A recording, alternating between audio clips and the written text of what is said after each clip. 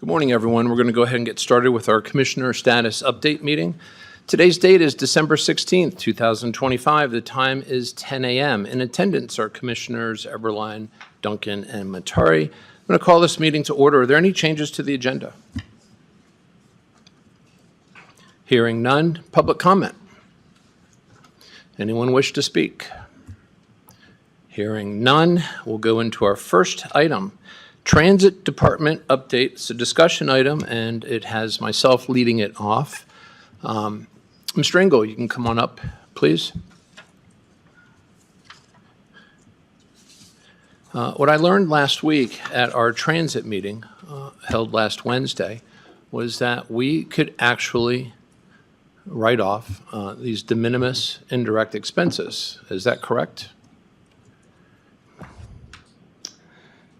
That is correct. You can apply the de minimis to the 5307 grants. Okay. So I think what's important is that we should be looking for every way we can to not incur taxpayer expense if we can use these grants to pay these expenses. So I think that, what we should be looking at is every grant that we have applied for that we can, and every grant moving forward where we can get these de minimis expenses, which I believe are now 15% of the grant cost. Is that correct? 15% is the new de minimis rate, correct? Yeah, and believe me, the credit goes to Tyrell Stevenson, because he's the one that brought this to my attention last week when I spoke with him before the meeting. So if I have a second up here, then that would give you direction on which way to go from this point moving forward. Is there anyone up here who wants these grants to pay for this additional expense that it can pay for? Yes, I think it should be pursued. There's just caveats that the grant amount will have to be increased, and therefore the city's shares will also be increased. But I think the cities are willing to step up and fund more. Well, I mean, we've been saying that, we only budget $65,000 for the transit department, but the reality is that we spend a lot more than that just with staff time and managing the grants, the legal side, and all that kind of stuff. Yeah, that's why I think it's appropriate to move forward. So, Commissioner Eberline? I'm going to pass. Yeah, okay. There's one other thing that I'd like to talk about too. And, the fact is that if there is one example that illustrates why you and I end up butting heads, Commissioner Duncan, I think it was that meeting last week. There were multiple attempts made to have that meeting. I wasn't particularly interested in the beginning because it had to do with an intergovernmental agreement, but it ended up happening. And it wasn't normal for the board to be presented with an agreement in front of all the city managers that we'd never really had a chance to talk about. And, that group had worked for many months, and part of their job was to figure out the cost of this program to the county and to develop some sort of a contribution methodology, which I was told before this meeting that they couldn't seem to get the county cost. Those numbers could not be produced. And on top of that, we were never given any kind of a contribution methodology. And instead, what we got was a comparison chart that was given to us that was, largely inaccurate and admittedly so. And then we got a intergovernmental agreement here that, not only restricted the county on what it could do, but it also added more work to the county. And in exchange, we got nothing. And, rule number one, when you look at an agreement, is you make sure your counsel writes it. And this was written by an attorney over at Post Falls. And that's why it probably had all of that stuff in there. So, I'm not interested in negotiating with ourselves and giving up stuff. But this is what happened, okay? After that meeting, I had one of the attendees tell me that they were told to induce them to come over to the meeting. This is what they said. So I don't know if it's the truth or not, but what they said is that that the board was receptive to this idea of this intergovernmental agreement, which was not the case. I also had another person tell me that you were calling people to rally them to show up to this meeting, other folks within the community. And, look, we had the same thing happen with the Hayden contract. the mayor came before us and presented a contract which, you had some engagement with. It was a $700,000 loss. And once again, that agreement was crafted by the city. And any agreement that we get into should be drafted by our own attorneys. So, the reality is that a lot of times I honestly feel like I'm dealing with a union rep for the cities when it has to do with you working with these cities. Are you finished chastising me now? Not exactly. Well, first of because- all, the cities have minds of their own, and they can bring stuff to us, and that's what happened last week. Well, is you were the cities one who brought that. wanted that meeting, and you were the one who sent I us the documents. facilitated it because the cities needed to continue moving forward. Yeah, but it was something You can that, characterize it however you want. I'm a commissioner here, Mm-hmm. and I'm so sorry that I don't do things in the manner that makes you comfortable or that you agree with. But I never told anybody that the board was willing to consider it. That's what that meeting was last week, is a starting point to say, would this board like to consider an intergovernmental agreement since a JPA is out of the question and an MOU doesn't quite get the job done? So, there was no discussion about that. Quite frankly, and this person I spoke to agreed with me that it looked like an attempt to kind of, intimidate the board into agreeing with something. And that's the whole point, is that, I just would prefer that if you're going to send something to us, that we have the opportunity to look at it and discuss it before we get other people involved. and how would you like the cities to do that? Because again, this was city motivated, not me.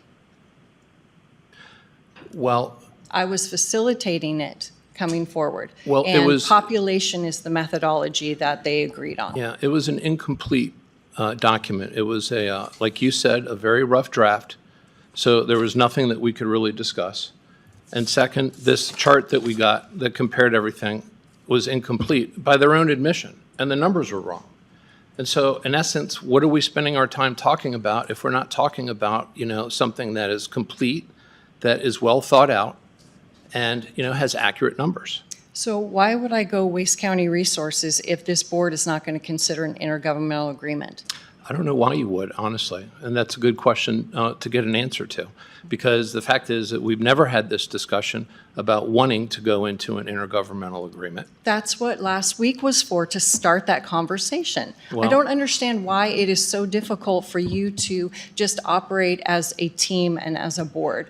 Well, that's exactly how we should be operating, but I just don't see the point of having these open meetings in front of a bunch of other city administrators when the reality is if you want us to take a look at something, we should look at it, have our discussion, and not waste other people's time.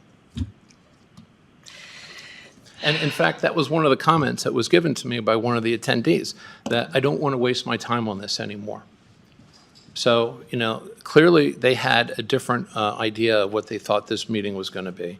And I don't blame them, So if you want to continue the intergovernmental discussion, come before the board, give it to the board, we'll have that discussion. The board has it now, so let me know when you'd like to discuss it. Well, I'm not actually really all that interested, given the way that this document started, and frankly, at the expense of, the county citizens as a whole. So you're not going to entertain a intergovernmental agreement? Well, first of all, I won't entertain anything that you can get out of at any time. You even kind of made the comment that Post Falls could connect to Spokane right now if they wanted to. And with this intergovernmental agreement, they could. With 180 days' notice, they could get out of the agreement and connect. And I asked this last week, why don't you make suggestions on what this would benefit the county? That's the whole point of starting the discussion, is to say, here is a very rough draft. What changes would you like to see? You see, the problem with it is not the individual sentences or the constructs of the agreement. It's the fundamental approach that's wrong, okay? We're county commissioners. So, like I've said before, I have a hard time accepting the fact that the county is running a public transit system for the benefit of the cities. And it's about 1/3 of the households and just a small minutia of the overall geography of the county. And so just fundamentally, the approach is wrong. And so that's why I have a problem with it. And, I'm not interested in finding ways where we can subsidize county services for the benefit of the cities. And that's actually, the first two items on this meeting are exactly addressing those issues. The county is ultimately subsidizing services for the benefit of other taxing jurisdictions. So I would argue, though, that all the county benefits from transit because people are getting to work and people are getting health care. So what happens if transit goes away? Those people getting health care are going to be using 911, ambulance service, ER, instead of just being independent and getting to their doctors on their own. And the second thing is people go to work. So most of us shop in Hayden, Post Falls, and Coeur d'Alene because in the county area, there aren't a lot of shopping and work opportunities. So the businesses benefit to serve their customers, which are county residents, by having these people use transit. Yeah. I totally understand, and I think we can get there one of these days where we have another mechanism to fully operate transit. Today's not that day. So this intergovernmental agreement was in between that step where we can now have a transit advisory committee to be engaged and involved and understand all the operations, all the challenges, along with now if we're going to do the indirect costs, then it takes more burden off of the county. Yeah. But again, all the city taxpayers do pay county taxes. So all of that needs to be factored. I've heard that argument, and quite frankly, I don't know how we got by. I'm sure 911 was clogged before we had a transit system. And I hear this all the time when it comes to a new government program. When anyone talks about it not being there, the sky is going to fall, all these horrible things are going to happen. And I'm sorry, I just don't believe that, okay? I mean, I understand that you believe that, but I don't believe that. And I've heard this before with government programs. We can't touch it, all these people, this is going to be so bad, the sky is falling, and it's just not the case. So, I've kind of said my piece. The one thing I would appreciate is that, when we have these meetings, at least give the board the opportunity to look at whatever, you forwarded the documents to us. They didn't send it to us. And so at least have us have a chance to talk about that first before we get other people involved.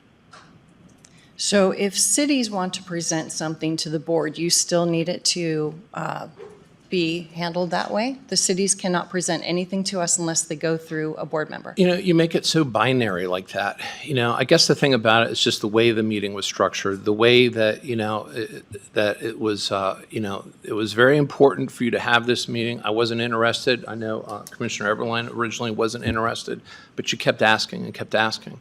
No, And, I don't think that's how that went. Well, that's the way it was characterized to me. Okay, So- well, a lot of things get mischaracterized. Well, and that's so. fair enough. So, but with that said, that's what I had to say about this. And I hope moving forward, if you have some ideas, present them. But as far as the overall foundation of this agreement, it's not binding because you can get out of it, one. And two, it still leaves the county responsible for a program that largely is for the benefit of the cities. Might I stick my nose in now? Absolutely. If the cities want transit, go for it. Let them do it on their own.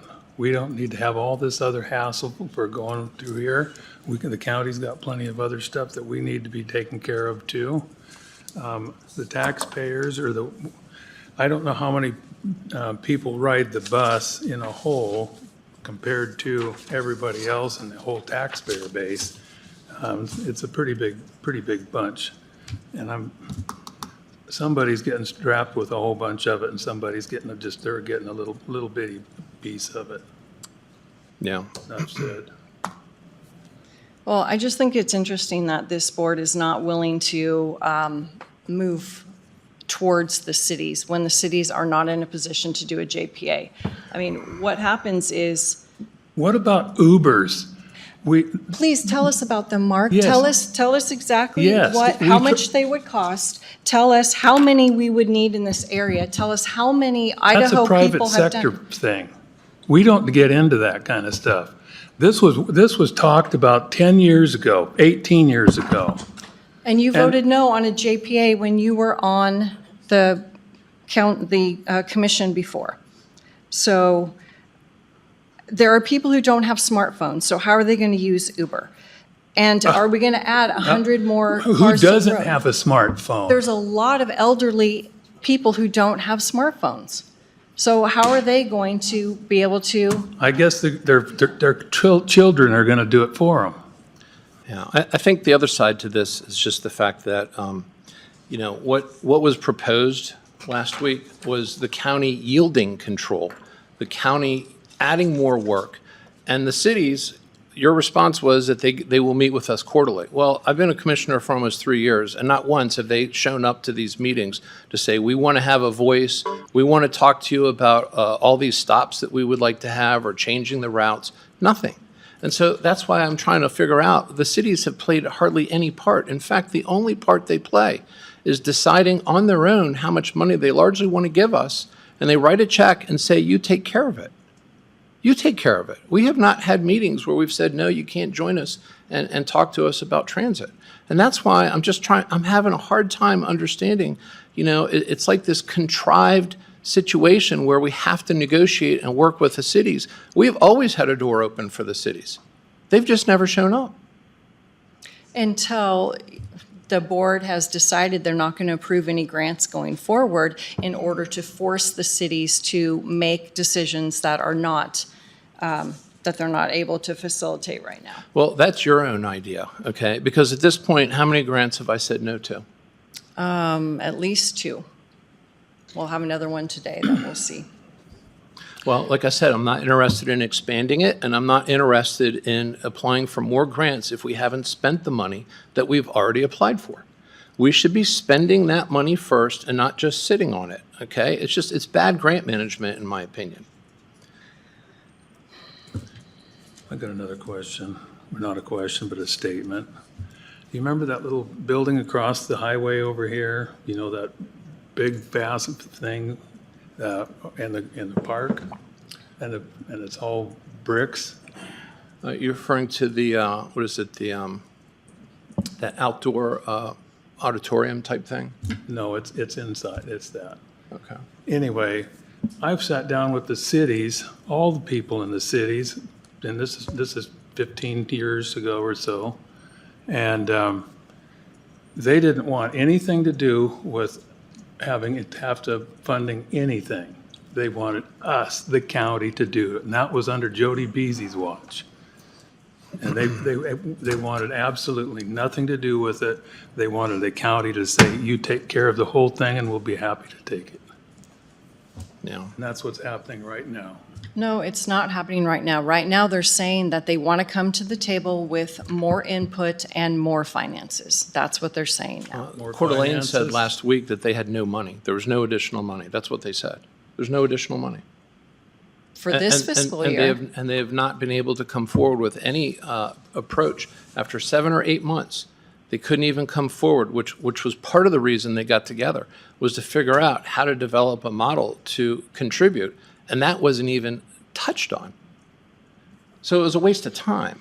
I mean, we couldn't even get the basics done. I mean, like I said, there was a gentleman that I spoke to beforehand who said, I'm extraordinarily frustrated because I can't get the numbers from the county to understand how much this is. So, just like I said, if you want to take it on, you're welcome to, but all that I ask is that the board have the courtesy of looking at this stuff before we get other people involved and make it a big to-do and then end up on the front page of the newspaper and everything else. Well, we don't have to do much to do that. So would you be willing to write down your proposed changes to the intergovernmental agreement? No, because like I said, it's fundamentally flawed as a whole. It has a termination clause, which means that any jurisdiction can get out of it at any time. It reduces the amount of authority that the board has right now. We have absolute authority. 2 people up here can decide what they want to do with transit. Why would we want to yield that authority without getting anything in return? And that's my problem with the JPA. So you had suggested that the county be part of a joint powers agreement. And that's the exact same problem with that, is you're giving up 100% control to have 20% control.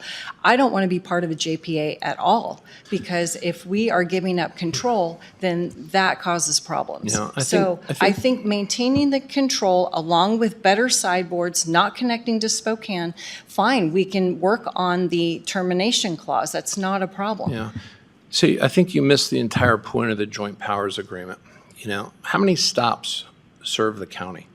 And I would argue again, one, okay? There's one on a little tiny sliver over by Hutter and Celtice that happens to be on county land, okay? That's how much of the county the transit system serves, all right? So frankly, if you understand what I had put together in the JPA, what you would realize is that we have a veto vote. We have a veto vote over ever connecting to Spokane. And everything else is their responsibility. And when you talk about control, I don't understand that. You, me, Mark, we're at some point in time, we're not going to be up here.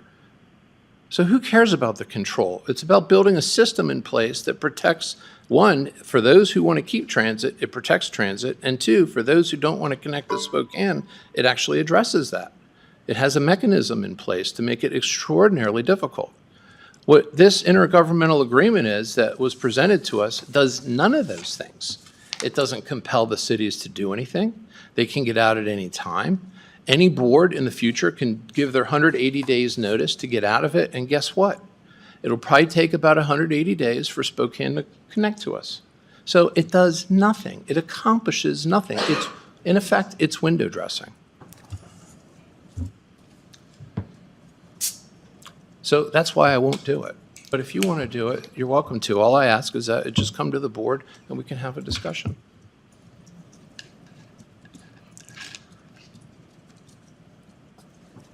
All right. Well, it sounds like there's nothing else on this item. We'll move on to item 2, Hayden law enforcement contract discussion. Part of the reason we're talking about this today, thank you, Chad.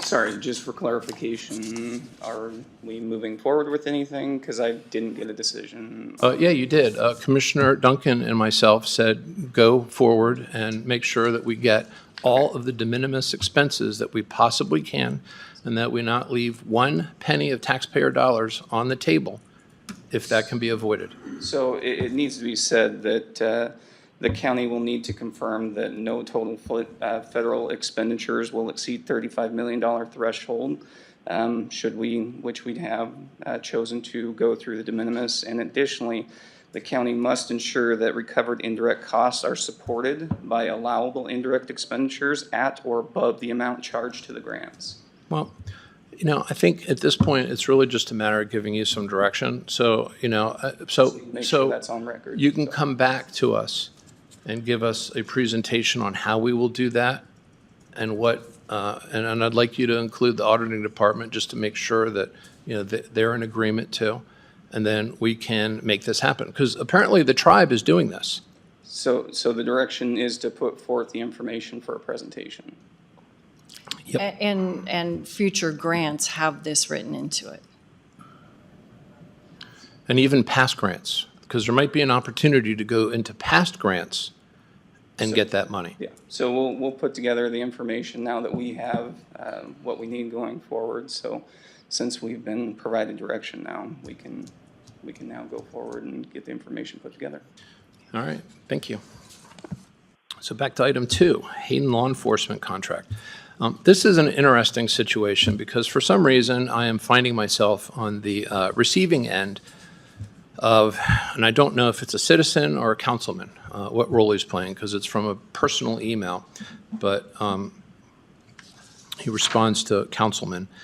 So, to me, this is exactly why we're trying to fix our problems with our law enforcement contract. These emails, in my opinion, are the result of us not doing things the right way from the beginning. And so I just have a couple of phrases here that he sent that I want to try to address. I invited him here, and he's not here. In fact, all these records requests I think were completely avoidable because I wanted to sit down with this gentleman and go over this stuff with him outside of these meetings, but it doesn't seem like that's really an option here. So I have not heard back from the KCO regarding this issue. Now, the issue that he is referring to is, does the Kootenai County Sheriff's Office have the ability to track time for deputies and detectives while in service in the city of Hayden, in the city of Hayden Lake? Can you produce the monthly reports to prove the hours of service? Well, I can't, okay? And this is something that we need to make sure that we can do. If we're going to be in the business of law enforcement contracts, the least we should be able to do to this gentleman is be able to provide a receipt of the work performed for the money paid. So I agree with you on that, and we need to be able to do that. Also, have him explain, this is referring to me, why the county has a joint powers agreement with the city of Hayden Lake, which is totally different than the contracts with Hayden and Dalton Gardens. Well, you know,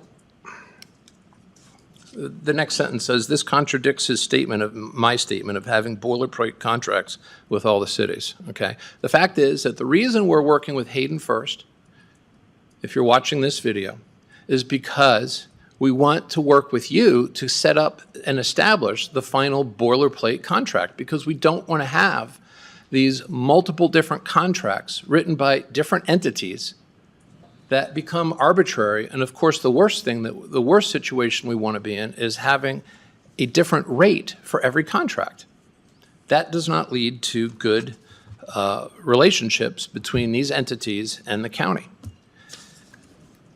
Please also have them explain, let's see, why the joint powers agreement does not have an overhead expense like Dalton Gardens and Hayden. Same issue. We're trying to fix that. Moving forward, we're going to, we want one contract and one rate. It is obvious Kootenai County has favoritism towards the city of Hayden Lake. That's not true. That is not true at all, okay? What I'd like to see is that we have one contract and one rate. Everyone pays the same amount. The same terms are there, and we don't get into this world of being accused of being showing favoritism, having arbitrary type decisions, and generally leading to dissatisfaction, which is exactly what these emails convey. How many 10-hour shifts does one assigned Hayden deputy have? Well, I don't know how the sheriff's office does their shifts, but I can tell you that out of a 2,080-hour work year, the effective number of hours for a deputy is roughly 1,700, which comes out to 42.5 weeks. Because there's vacation time and there's training time and any other time that effectively takes a deputy off the street. So that's how that works. I don't know how the sheriff's office does their shifts. Number two, KCSO, this is another email I got on December 11th. KCSO charge contract twice for a Hayden assigned deputy. Well, I hope not. We shouldn't be doing that. You should only be getting charged once. So it bothers me the fact that he even has to ask this question. And the third one is, what is the level of law enforcement service that the citizens of Hayden receive based on the current KCSO contract and the taxes paid into the Justice Fund? The amount is approximately $3.8 million. Well, let me explain how this works, okay? Because I know that the city, the mayor and the city manager were sent an email last April 30th, okay? And in it, it described explicitly that the total amount that city residents in Hayden pay is $2,573,980.48. That's how much they contribute to the Justice Fund. That Justice Fund is not just for patrol services. That Justice Fund has to do with the jail, paying for the jail, paying for the prosecutors, paying for the court system, paying for all our juvenile services. Pays for everything that's justice related. It's not for deputies to patrol the city of Hayden, okay? But what Hayden does pay towards patrol is $797,002, which comes out to about 3.8 deputies per year using an average dollar rate of about $127 an hour. So that's all you're in essence paying for is 3.8 deputies. That is not 24/7 coverage. All right. So I don't know where this 3.8 million comes from unless he's adding the 1.1 million that the city of Hayden pays. But, we need to fix these misconceptions and get people to understand what we're trying to do, and I'm hoping to do that today with this gentleman who has not wanted to meet with me. We have the same issue with another council member going online, saying the county has basically doubled the per deputy officer cost from $954,000 last year to $1.8 million. The county did not double the cost. The county removed the 50% discount that it had been giving the city for years and years and years. We can't double the cost. We can't make money. It's against the law for us to make money on these agreements. A major issue is that the county sheriff will not provide verification or accountability for the services that they supposedly provide. Why not? And I agree, we're going to do that, and that's something that I'm working on. So with that said, where are we with the contract? I've had discussions with the city last week. They had 3 items that were basically their sticking points. The first one was getting all the equipment for the cars, because the contract said that if they did not renew, we would return the car without the equipment. So we're going to include the equipment that was purchased because the city of Hayden paid for that. So that was the first item, wasn't an issue. The second item was reporting. For some reason, reporting was moved out of the contract, and they wanted the reporting back in the contract. And then we just modified that language a little bit that said when certain reports are available, the sheriff's office will provide them.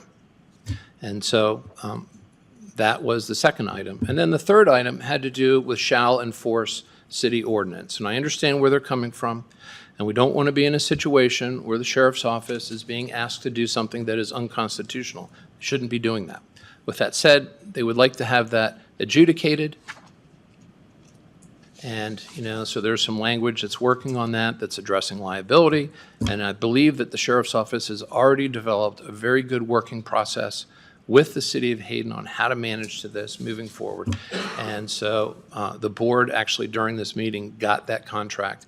We will talk about it on Thursday and hopefully approve it, get it over to the city of Hayden so they can get it back to us on a business meeting, and we can have this baby signed, sealed, and delivered before the end of the year, so there's no gap in service.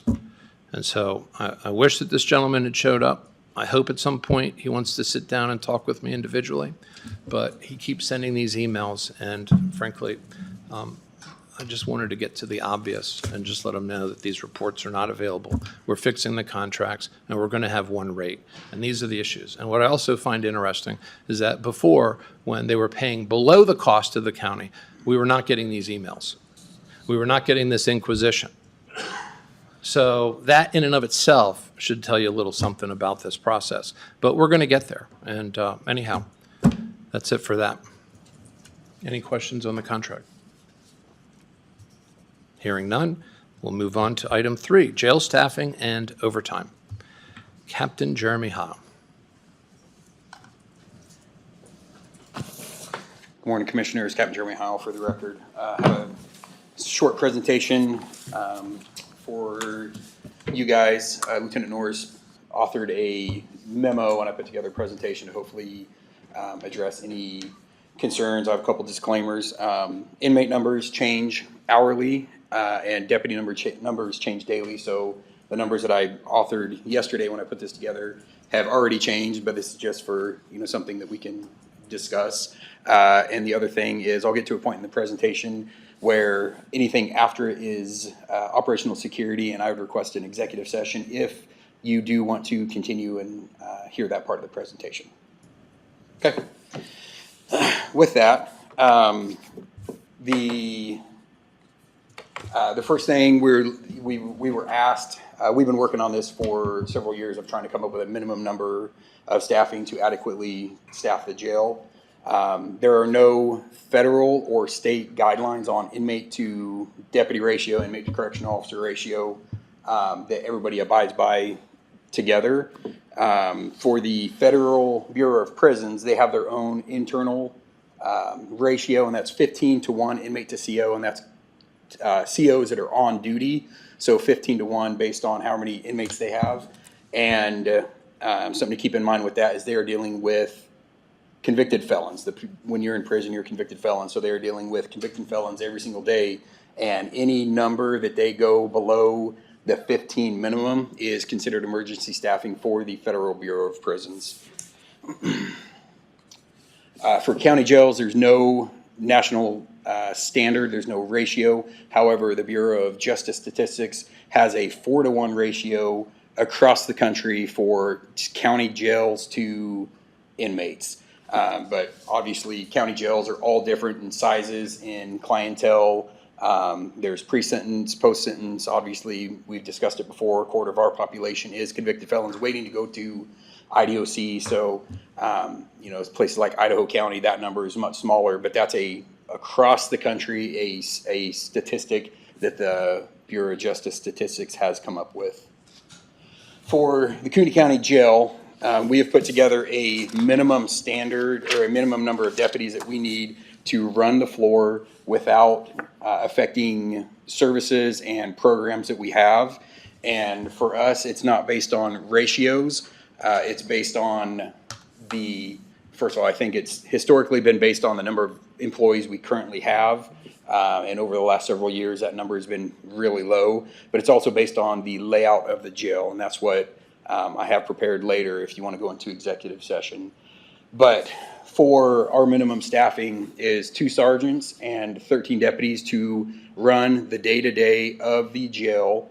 The way it's broken down is 1 sergeant is the watch commander in control of the entire jail and all operations, and the booking. And with that, they are supervising with minimums 3 deputies, plus you guys have all been through our jail, the booking area with all the suicide watches, the mentally unstable inmates that are in there in the booking area, anybody coming in the back door arrested by other agencies, to include uncooperative inmates, the intoxicated inmates that are for detox holds, just trying to sober up after a night, and then all paperwork regarding booking and releases of inmates, as well as coordinating out of building transports, the emergency and exigent ones, not the court-ordered transports and extraditions, because we have a separate section dealing with that. The other sergeant is, with this staffing model, supervising 10 deputies and approximately 465 inmates in the housing units in the jail.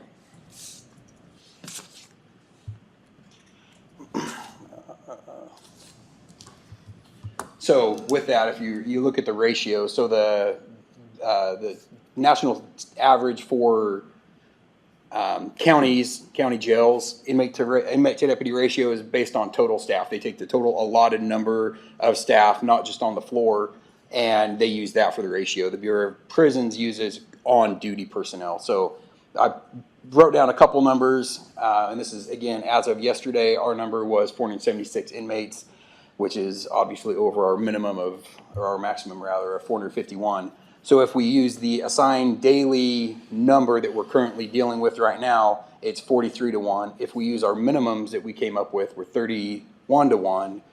Total staff that we have is 7-1, and total staff that, if we had a full board, is still at 6-1. And these are our numbers, and it's our number of sworn is just the sworn deputies, and it's actually 80, not 84. 84 will be what we are going to ask for to unfreeze positions in the future. But still, we have 80 sworn allotted, 13 openings right now. Of the total, we have 13 trainees and 42 that are actually assigned out of training, working the floor on the 4 shifts.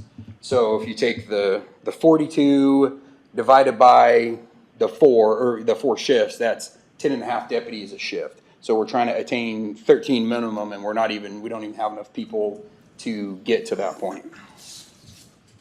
And this is just to cover the day-to-day operations, service cart, med cart, and movement of inmates around inside the jail. This doesn't have anything to do with pre-planned medical appointments, court, anything else like that. This is just the day-to-day of keeping the jail running.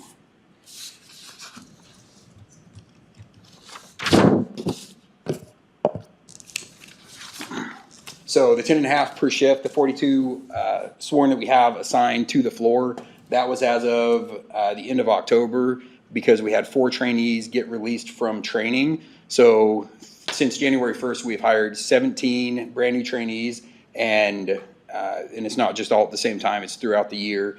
and we had 4 of them complete training, complete the academy at the end of October. So over the summer and since the first of the year, we've been operating at 9.5 deputies per shift. And so we're just now starting to affect that number. We have 4 more slated to complete training between now and the middle to end of January. So by then, as long as we don't have any more deputies transfer or retire, we will be up to 11.5 per shift, still short of the minimums we're trying to achieve. And with that, we also, so with 10.5 a shift, just to get the minimums, we're calling 2.5 deputies in on overtime just to get to the minimum number. And what's actually happening, because for at least a year we've been running at 9.5, instead of having a deputy come in for an entire shift, we're bringing a deputy in for a portion of a shift to help with, a service card or a med card or an appointment, and then go home instead of having an entire shift of, for 1, overtime on our end, but for 2 on their end, an entire shift on their day off being spent at work.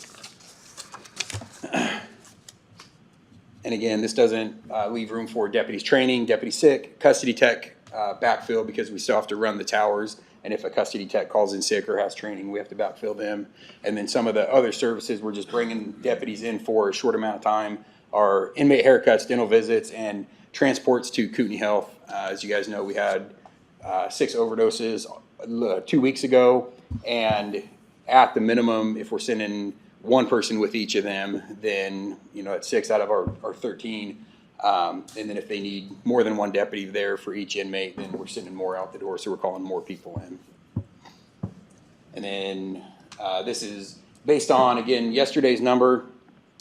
And if you add it up, it doesn't hit 476 because there were 3 inmates that were unclassified because they were booked in booking, waiting to get booked out. But 227 inmates in our facility are they're the highest level, either assault of felon or special management. They're the most dangerous. Not all of them are necessarily the IDOC inmates.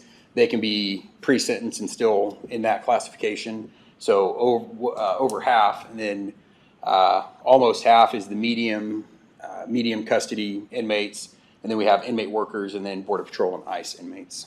And at that point, anything past this slide, it will be is operational security, and I'd request executive session if you choose to go that far, or if you have any questions about it. Thank you. Are there any questions, comments? Thank you. How many staff persons do we need, in your opinion? How many what? How many staff people, in your opinion, that we need, new ones? That we need new?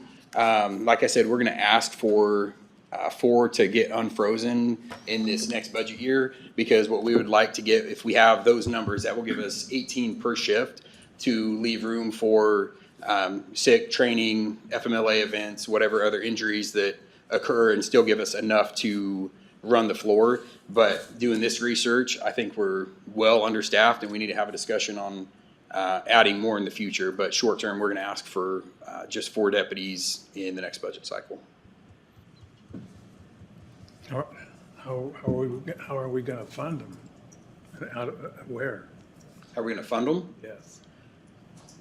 That's a great question. It'd be salaries out of taxable income. However, we're also working on, and have been working on, raising revenue to help offset just the day-to-day operational costs of the jail. And Idaho Sheriff's Association is every year speaking with the legislature, prepping for their legislative sessions to raise the minimum that IDOC pays us from $55 to $75 a day to something higher that actually meets what the jails are spending. The lowest jail daily cost per inmate for the state is over $100. Ours, as of right now, is $155.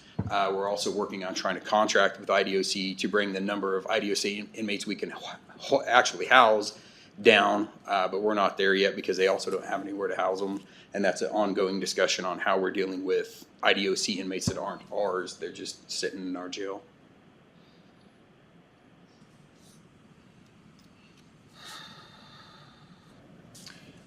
Another question for you. Yes, sir. So we just got done with a big budget, didn't we? Yes, sir. So how's that going to affect this?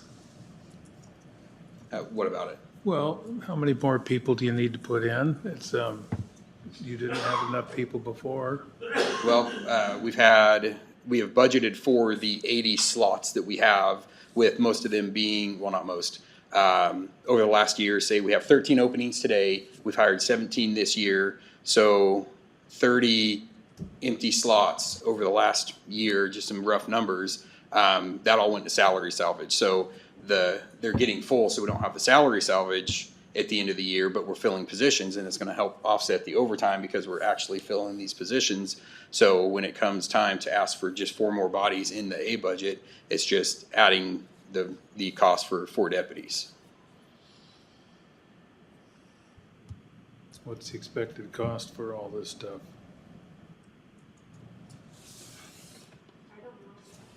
I don't either. 4 deputy wages at loaded benefits. Yeah.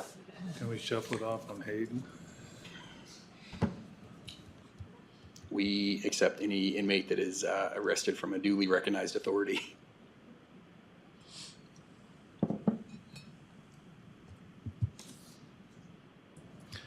Well, first of all, thank you. Let me tell you that the job you have is thankless. I've heard some people say that for the sitting up here, but no, your job is thankless, what you have to deal with. And, you have recently come over to the jail, so a lot of what is going on there, I would argue, because you were in patrol, are things that you inherited. So, you got your hands full. I know that. And with the staffing issues, it makes it even harder. So I'm very sympathetic to that. But I do want to talk about one thing here, because part of this has to do with the budget. Yep. And, a lot of what you talked about was your operations. And I don't want to get in the world of operations, because you guys are the experts at that. Our job is to make sure that you get you tell us what you need, and then we give you the money that you need to do your job. We find a way to give you that money within the limitations that we have. And if it's done well among all the elected officials, this board has an easy job of triaging where that money should go, because there's not enough money compared to all the asks, right? And, after we talked about this, I think it was about a month and a half ago, Commissioner Duncan made the comment that, I think, the reason that we had so much more overtime was because of the jail population, right? And so I started looking at the numbers. And, if there's one thing you will always hear me talk about is numbers, because numbers don't lie unless the input numbers are bad. So what I'd like to do is just kind of run through a couple of charts here and just emphasize the fact that this is something that's been going on for many, many years. And I have a copy for you, and a copy for you, and I have a copy for you gentlemen if you'd like to take a look. It'll be on the screen. But these are the last 3 years of jail overtime expense by month. Because I like to look at the numbers to see if there aren't patterns that we can identify, right? And so you look at this and you go, okay, well, there's not really a whole lot here, except there's a couple of bumps in November, December timeframe, and then around the May and June timeframe, there's a couple of bumps. And so you go to the number 2, which is jail overtime crosses budgeted FY23. And again, this has been going on for a long time. This is the budgeted amount, which is around 670-some thousand, 650, something like that. And that's the budget amount, and then that's the expenditures of overtime. And you can see by February, we've hit the budgeted amount, and then we go past it, right? And so if you go on to page 3, got the same thing, FY24. This time it's about mid-February, we crossed the ask, about 925,000, and we settle in at just over 2 million. Go over to page 4, same thing with FY25. Now, the reason there's 2 lines here is because during the budget season, the sheriff's office, and rightfully so, asked for a bigger overtime budget. It was 1.2 million was the ask from 925,000. And Commissioner Duncan and myself said, don't worry about that, okay? Because there were other areas that we were focused on. And so you see that difference between the red line and the blue line. That's the part where I have no problem making up the difference, because that's what you asked for.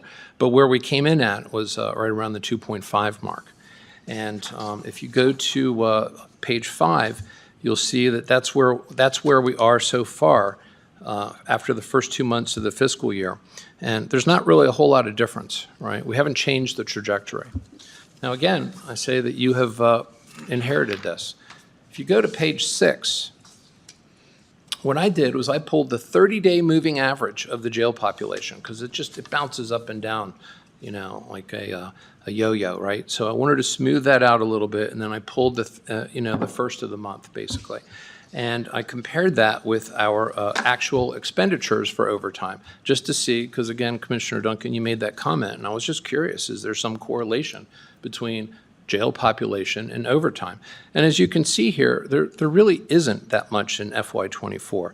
It kind of goes up, but there's no real like steady trend line, because the population kind of goes up and down, right? And if there's anything that you could see, maybe in the summertime it goes up a little bit, but we're not spending as much on the overtime. Same thing with FY25. I looked at that. I'm trying to figure out, is there a correlation? Because I'm asking, the thing is that, as when we sit up here during budget season, people tell us this is how much money we need.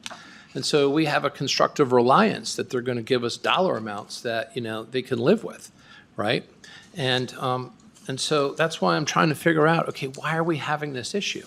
And if you go to the last page, these are the last 2 fiscal years compared to the budgeted amount, and we basically cross over right in the February-March timeframe. And, I've said this all along, I'll do anything I can for the sheriff's office to give you guys the money so you can do your job. You are behind the 8 ball when it comes to the staffing and the fact that you put a lot of pressure on your existing staff. It's mandatory that you come in. There is no relief until the troops arrive, the new troops arrive, right? And so paying more, finding ways to make, the benefits better, whatever we can do to not only recruit people, but to retain them. Because when somebody leaves, what is it, 6-9 months of training? 12 months until they're able to actually operate on their own? Yep. That's a huge investment. That's a huge investment. But how long does it take to resign? 2 weeks. 1 year to get you there, 2 weeks to leave. So I don't want us to ever lose people. But we have to manage the money correctly. And so my question is, and it's rhetorical, I'm not looking for an answer, but if we ask for this money and the board relies upon what you ask, then why are we going past it? Why do we continue to ask for such a low amount if you need so much more? I don't want to tell you how to do your job, because I can't. I only know the numbers side of things. But, we need to figure out what's going on and manage to that. And the more that we can get into this accountability side, because that's the other half of getting money, is that you have to be accountable for it. And so I'm putting this up here just so that way we can look at this and say, okay, we're clearly not asking for enough money. And so we need to change that. And because to the outside observer, and I am not suggesting this in any way, shape, or form, but to the outside observer, it could come across as, well, we're going to ask less here, knowing we're going to blow past it so we can get these other things over here that we want. And, we can't manage a budget. And I encourage you to stick around for the 11:30 meeting and hear those numbers, okay? Because we're getting hit, from every side here on these additional expenses. The medical side, which, we got hammered with that. Right? We can't foresee these things, so we always have to keep that cushion so we're not digging into our savings year in and year out. And that, in essence, is what we're doing here by not effectively asking for the money that we need and then managing to that. So again, I'm emphasizing this is a situation you inherited, but it's something that as a board, I can't do my job to ensure that we're making sure that tax money that we're getting enough money, one, because, we have to know how much you need, and two, that it's being accounted for properly.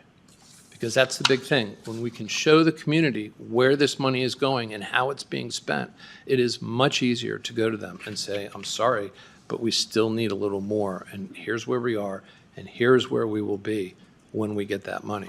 And I will go to bat for you guys any day of the week, 24/7. you can call me in on a graveyard shift. But, that's my promise to you. But in exchange, all I ask is that if you need money, tell us what you need. And then I expect you to live, within those means. So, If I could, I'd just like to hit on a couple points you made. Based on the number of staffing we had, and the number of people we're calling in on overtime, because we have to run the jail and we can't run it with, too few people. We started bringing in detectives and patrol deputies to help cover shifts, because with the numbers, if we're calling in our own people, their days off are going to be spent here, and that's how we're going to force people out, is because we're overburdening them, and detectives and patrol deputies are more expensive. But as we get these staff that are affecting the numbers, those are the first ones we've already looked at and have already sent home, because we don't need them, because we can staff it with our own people. yeah. And then we can't control who the inmates are either. And what I mean by that is the population, yeah, I agree, it's been, fairly steady over the last several years, which is why we're opening up the 2 new pods in March 6th, hopefully. But what those numbers don't show is the number of mentally unstable inmates or the infirm inmates that require a lot of health care at the hospital, the surgeries. As soon as we have an inmate that we're dealing with that looks like it's going to have unexpected medical costs that burden the county, then we're reaching out to the defense attorneys, prosecutors, and the judges, trying to determine if they belong in jail. And we're seeing more of those than in the past as well. So. Well, and you bring up a great point, because you see, these are the things about your business that I don't know, and I suspect the rest of the board doesn't know. But the numbers can tell that story, right? So you should be, obviously logging these numbers and then making that the case, right? But if you look back on my charts over the last several years, it's the same pattern. We're blowing past the budget in the February-March timeframe. And so my question as a board member is, why are we not asking for the amount that we actually end up with on September 30th, as opposed to where we cross over between February and March, right? How you get there, is in essence your management. I mean, I can't tell you how to do it. You got to pull detectives, you got to pull the undersheriff and have him work a shift or something like that. It's expensive. Salary, so it'd be cheaper for us. Yeah, well, something, okay, that's an offline discussion. But for us, some other folks that are not salary, that are expensive, I get that, right? But on the flip side, we're looking at year after year after year of not asking for the amount that even reflects the previous year's expenditure. And so I have to ask, why are we doing that? We have historically, rhetorically. but again, I don't disagree with what you said last year. Instead of asking for that amount of money in overtime, because it's just salary salvage covering it, ask for or give us whatever the number we got over the last year, and it'll be made up for out of salary salvage or the people that we've hired. We've hired the people, but they're not affecting the overtime. So, and then adding more expensive deputies is breaking us over that line faster. Yeah. So we can do the math and ask for that during budget cycle, and we'll be back here again. Well, but here's the thing, is that there's you have a set number of staff, right, for the jail. You know what you need, right? So that's a set number of hours. That's a finite number of hours for the year. So then the question is, what are those hours are regular time with the staff you have, and what are those hours that can't be filled because you don't have the staff, will be the 1.5, the overtime, or 2, or whatever that number is. And that way we can start asking for what we need, because it becomes harder to manage to the budget. And when we get hit, like I said, this 11:30 meeting is not going to be pretty. If you think you have some issues, believe me, the 11:30 meeting is going to address bigger issues. So, but that's my point, is that it can be done. We just have to approach it in a way so that, the board has the ability to say, this is how much we can afford, and not get hit after the fact because we, are finagling the spreadsheets to get what we want. So it makes it look like we're in good shape. So, and by the way, I know you know this, but some of these other jurisdictions around here have had to go into the city's foregone taxes, right? Which is, not something that any elected official wants to do, and continue to just take the full amount year over year over year. So we just want to have to avoid doing those things, because we get caught, kind of shorthanded. So, but I thank you very much, and You're welcome. I really want to emphasize that you guys do a good job. You really do. And by the way, last time, when I was there last week, fantastic, for the inspection. Kudos to you, you and all the staff. Thank you. Appreciate that. Anything else? All right. Thank you. Thank you. Next up, item 4, Sheriff Marine end-of-year stats. It's a discussion item, and Sergeant Ryan Miller. Good morning, Commissioner. Sergeant Ryan Miller for the record.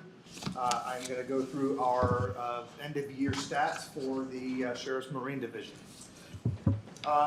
The first slide I have here in front of you is just showing some of the new steps that we're taking to increase our staffing levels. I mean, staffing levels for the past several years for us have been tapering down. Many years ago, it's very common to have 60 or 70 people test for a position, not making anywhere near monetarily as they're currently making. It's just not as popular anymore, and we're trying to find out why. But part of that has been pay, so I'll talk about that shortly. How we are increasing our pay. Actually, it's on this one, so I'll talk about it now. So up to $25 an hour is what we're looking for now, and this is to stay competitive with other seasonal positions or positions that are taking the same applicants that we're looking for. Over the past several years, our applicant pool has dropped to about 10 per. We need 12 to 14 people to get the entire season completed. These are all seasonal hires. And with 10, we're only getting about 2 or 3 that are making it through the entire background process. We start our hiring process now. Our first testing this year is going to be this Saturday, and we're not able to actually hire them until April. So we will usually lose a lot of people throughout that because they find other jobs during that time as well. So we've been trying to find some ways to, again, increase our numbers. One of them, like I said, 5 years ago when I started, we were in the $16, $17 an hour range, and now we're up to $25 an hour in just that 5 years. One other thing that we're trying to do is get out there more in the social media world. So that's what this slide shows. We have a new Instagram page. We've had a Facebook page for a while. Hasn't been super popular, and we're not on there all the time. With the Instagram, and I have some of my new full-time Marine deputies. I'll give them all the credit in that. They're the ones that are running this. We're going to try to put, so that Quinlan launch piece that's on there, that's just an example of something we'll put out. If we're on the water and something's going on, they can immediately put that on the Instagram page and show that. So we're getting more people drawn to it, to the page, and know what we're doing. With that, this next slide here is a video that we took some of our funds that's set up for recruiting and outreach and put it towards hiring someone to come out and film and then edit and put this. This is one video. We have a few that we've worked on so far. So I'll show this is very quick, but this is one of the things that's on our Instagram page.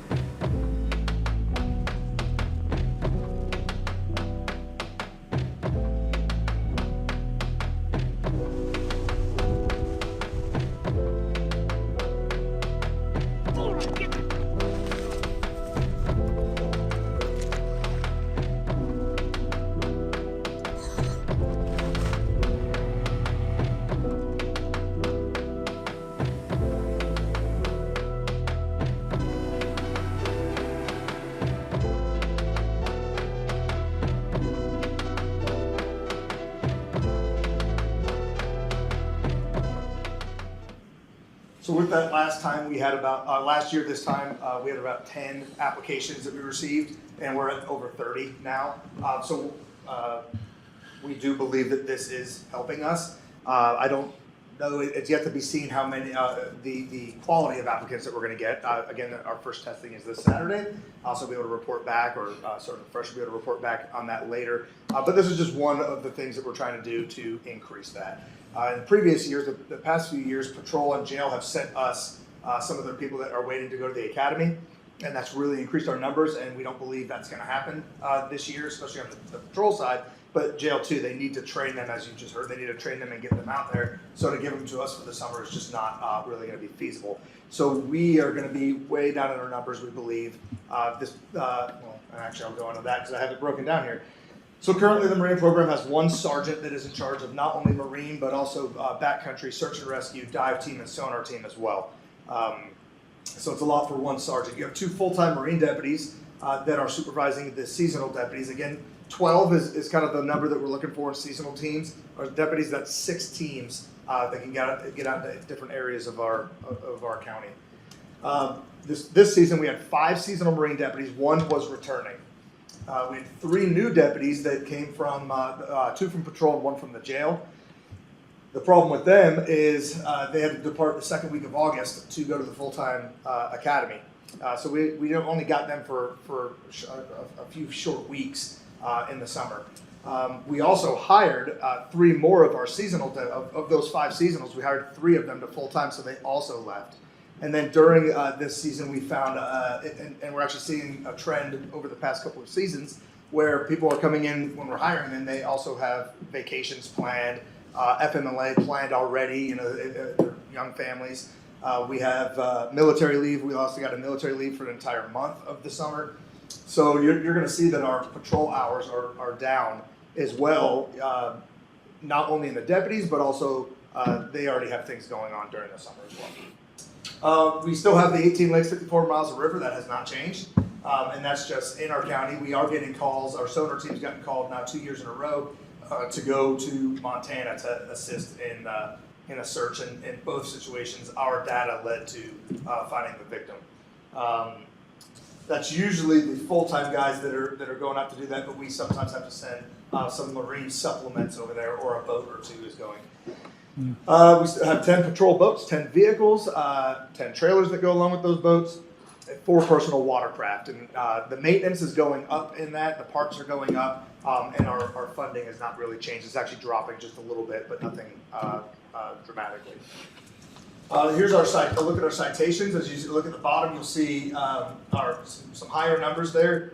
We've actually significantly reduced the amount of citations. Part of that is going to be we lost a lot of our senior people that were very comfortable out there in our returning deputies that we were getting. We didn't have when we had 1 returning this year, so we didn't have the confidence out there that we've had in previous seasons. So that's one reason for our citations dropping.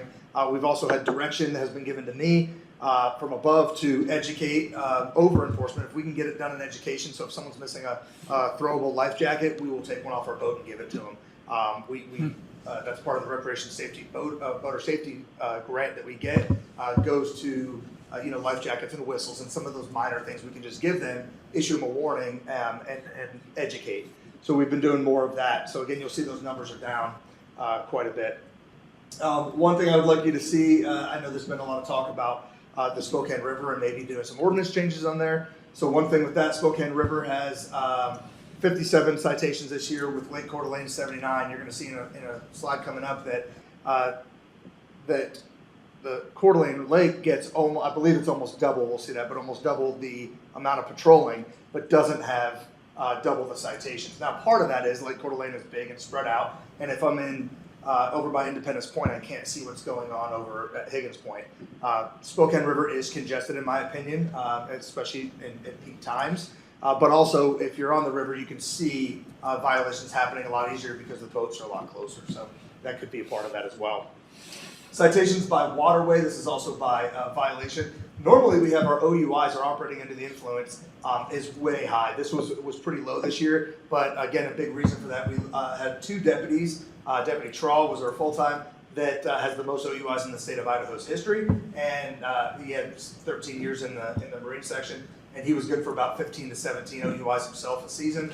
And then Deputy Jordan Joling went back to patrol full-time, and she was usually good for about a dozen on her own. So that was a big reason for that. We had a lot of newer folks that just don't know, they're not as comfortable in that detection yet.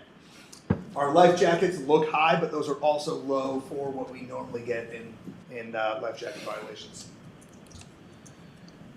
Lake Coeur d'Alene, again, here's the patrol hours. You'll see, so Spokane River had less than half of the patrol hours, but it's not nearly as large. So Lake Coeur d'Alene, usually we have a team that's on the north side and a team that's on the south side. And then you'll have the full-time Marine deputy supervisors, and myself will also be on Lake Coeur d'Alene. It's just our busier area. But we also can, if I go onto, my hours are not tracked on here. So if I'm on the Spokane River, you're going to have multiple vessels on there potentially, or one of the Marine deputy supervisors But we only have one team that's dedicated to that. And then sometimes that team has to be called on to Coeur d'Alene North. And then we have another team on Coeur d'Alene South that is also responding to the chain lakes and the Coeur d'Alene River.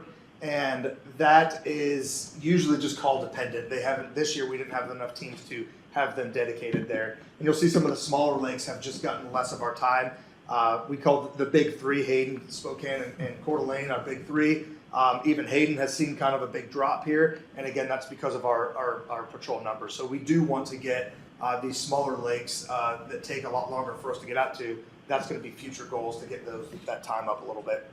But you see, we had 1,000 less hours of patrol this year than we even did last year, and it's just been kind of tapering downward. Vessel crashes. Here's the good news: our vessel crashes remain down. Knock on some wood on that one. Our vessel crashes do remain down in our county, which is good. And we had another year with no fatality boat crashes. We did have 2 serious boat crashes this year. They were both prop chops within 24 hours of each other. And involving children. Again, we had some serious crashes. There is still the risk of it. We have a lot of near misses. There's no way for us to put on there how many near misses we have. We just know that they're out there. And then this is also reportable boat crashes. As I explained before, it has to be reported to us. First of all, we know a lot of people, if someone is skiing behind a boat and they get injured, that is a reportable boat crash. But a lot of times they're not reporting it. And it's anything beyond first aid. And then $1,500 in damage to a vessel. That's a scratch on any vessel is going to be over that. But again, it has to be reported to us for us to have that. So we do believe that these numbers are not exactly what we're seeing out there. But again, it's the data collection hasn't changed, so it is still going downward. In the entire state, we had 8 fatalities this year. Last year, they had more, and every single one of them last year was non-motorized. This year, they were 3 non-motorized in the state, so they're still seeing that has been on a rise. And then again, 21 serious injury crashes in the entire state. We had 2 of those. Our OUIs again are down this year. They were holding consistent. My main reason for this, I believe it has nothing to do with having less OUIs out there. They're out there. This was, in this case, I believe it was the lack of deputies that we had and the lack of experienced deputies that we had on the water. You'll see the rest of the state is up to 20. That's not including ours. 12 came from our partners to the north, Bonner County, who has the most water in one jurisdiction, and they're actually going to start going upward, I think, as well. And they had more serious injury and fatal crashes than we did. Significant citations. I also have the crashes in on this one as well because it's a significant event. But you'll see, again, our OUIs are down. Everything else was pretty much lower than it has been before, which I've already explained why. Part of that is due to the education factor, though. We typically issue about, so of the 4,000 to 5,000 people we stop in a season for a violation, we typically issue 8% of them citations. We were half this year, trying to focus on the education side, and as of right now, again, our crashes are down, so that might be proved to be an effective measure. 2026, what will that bring that's different? So a new recreation safety sergeant. I am completing my rotation of 5 years, going back to patrol in just a few weeks here. Sergeant Chris Fresh, sitting next to me, is going to be taking over. He's been with the Sheriff's Office for around 20 years, a little over 20 years. Was a previous backcountry deputy, so he's very familiar in the backcountry and the SAR side, but learning a lot, I believe, on the Marine side.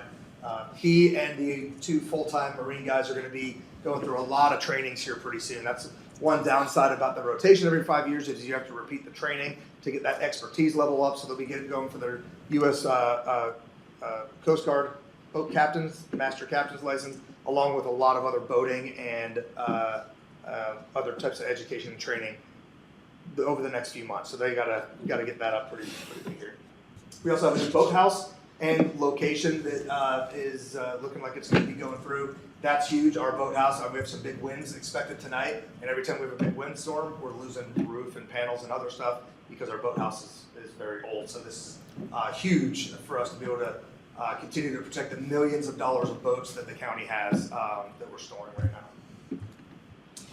More projections, again, continue patrolling other waterways outside of that big three. That's always, that's a big thing because we have a lot of people that are going to these other outlying areas, and it takes a lot longer for us to get there, and if there's an emergency, to get them extricated as well. Increase education, partner with rental companies. We have a lot more rental companies than we've ever had in this area, so we're trying to educate them and keep them educated, or their renters educated.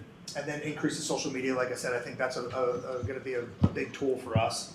Continue visibility patrols, focus on hiring and social media, like I've already said. And then, again, more of that user group side. Any questions? Thank you. Any questions? Comments? Comments, yes. I've had a few people approach me about some more restrictive ordinances on the waterways. And so is any of the board willing to entertain looking at restricting towing on Friday, Saturday, Sunday holidays for the upcoming season? And if yes, I would propose a public hearing in February to address those issues. Thoughts?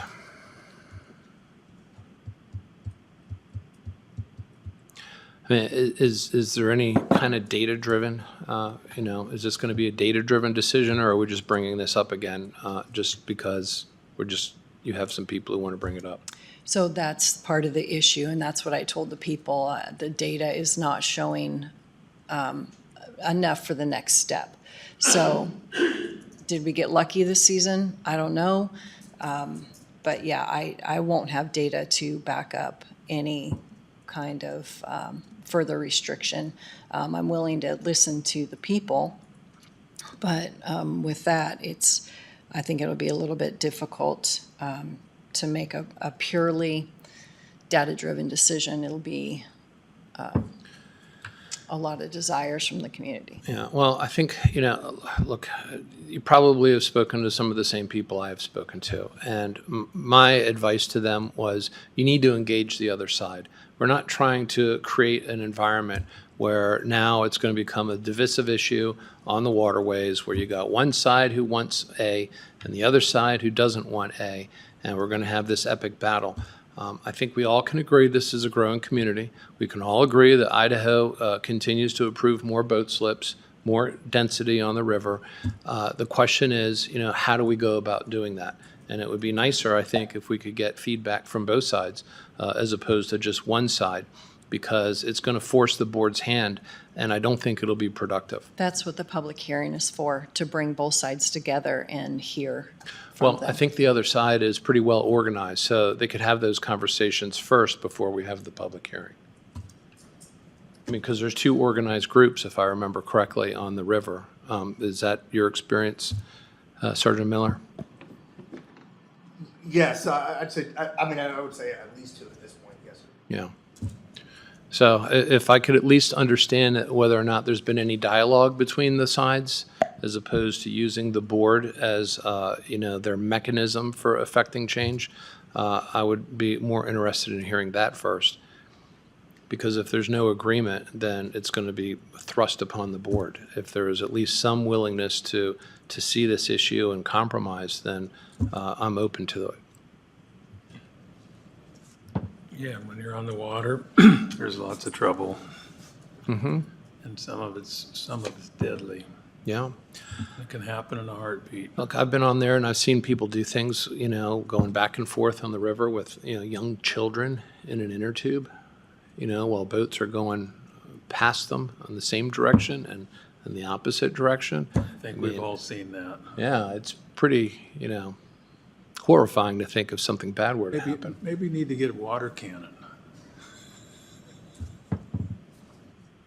So if there's more information from that all the parties, or at least the two main parties, are discussing, then I'd be very open to looking at it further. I think so. It needs to be. Yeah. Okay. Well, excellent presentation. Always love the numbers. Do a fantastic job with that. I think for Sergeant Fresh, you have left something that it'll be easily for you to transition into. So congratulations, I think. Yeah. So look forward to working with you, and really enjoyed our time working with you on that, Sergeant Miller. Thank you, Commissioners. I appreciate it. Yeah, really appreciate it. You're Probably very, looking for some fun out there too, hey. yeah, very qualified person.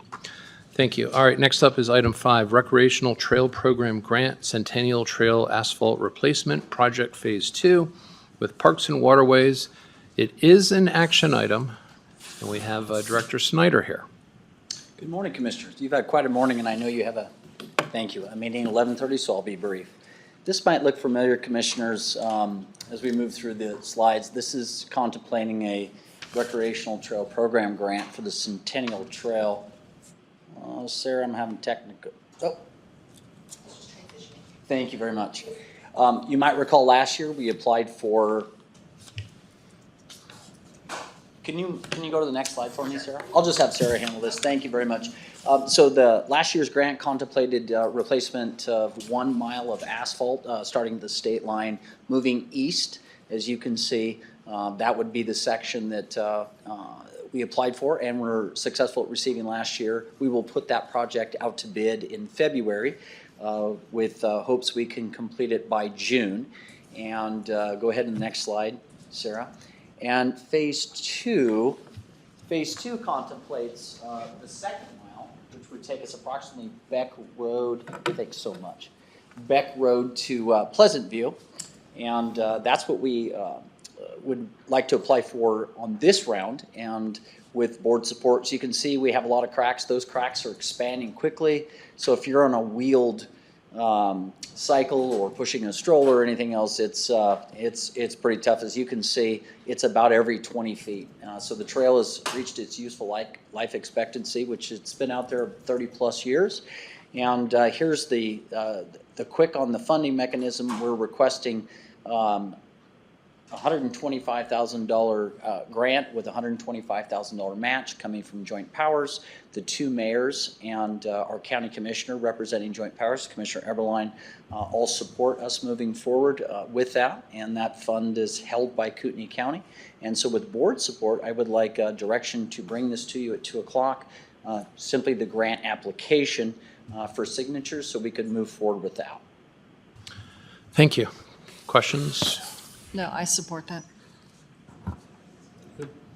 We'll get it done. Okay. Thank you. All right.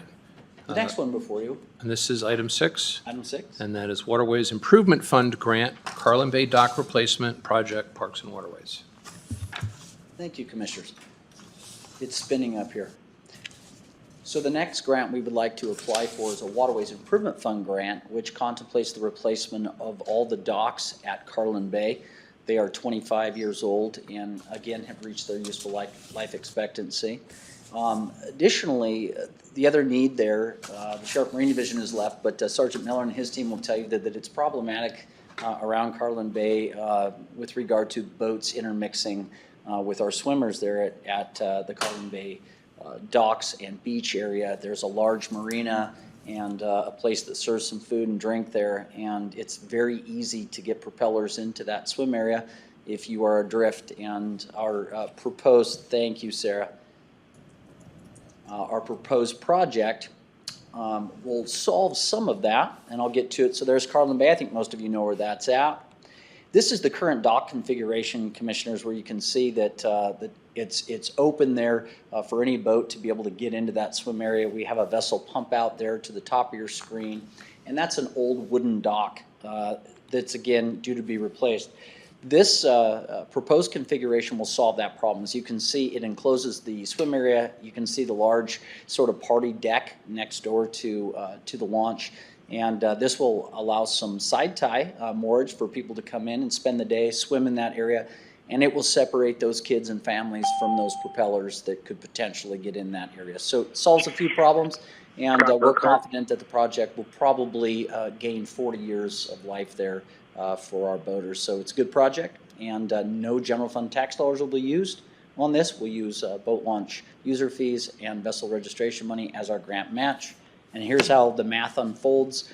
We will use $200,000 of grant match, again, non-general fund dollars, boating money, to leverage against the WIF grant with a $650,000 ask. We'll submit it in January, and we'll know in June if it's successful. We anticipate advertising the project, if successful, in July with a completion date of hopefully late winter of 2026, maybe early 27. That's what I have. Thank you. Questions, comments? I support it. As usual, you just crush it, you know, fantastic. So thank you. All right, that concludes business. Next up is public comment. Anyone wish to speak? Come on down.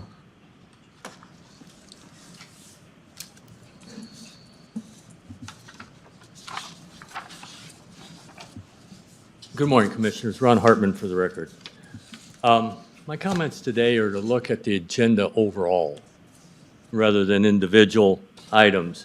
By that, what I mean is what was clear today is the jail staffing, the money has been, the overtime is way over what the budget was. And same pattern every year.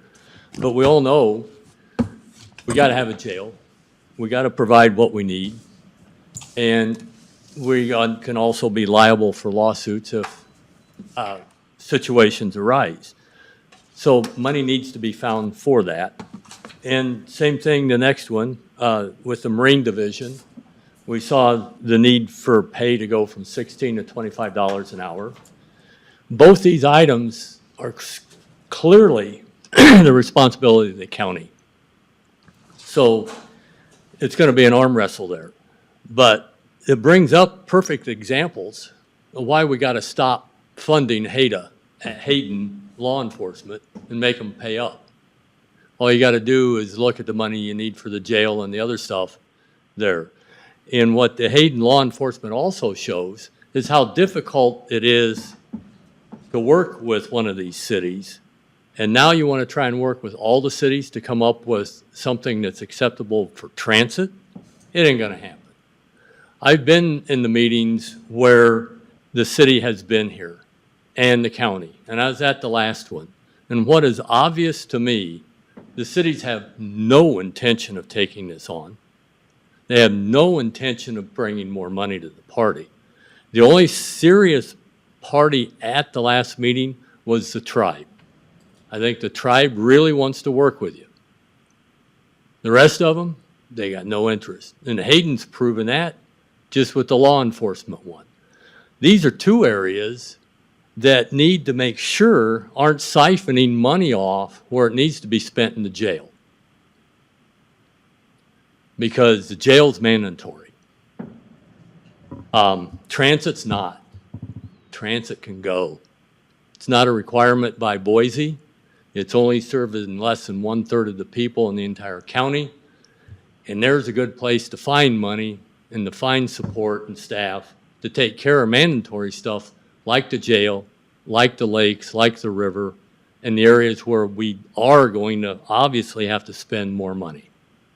So stop supporting Hayden law enforcement and let's get out of the bus business. Thank you. Thank you. Anyone else? Public comment? Anybody on the telephone? No? 11:28, meeting adjourned.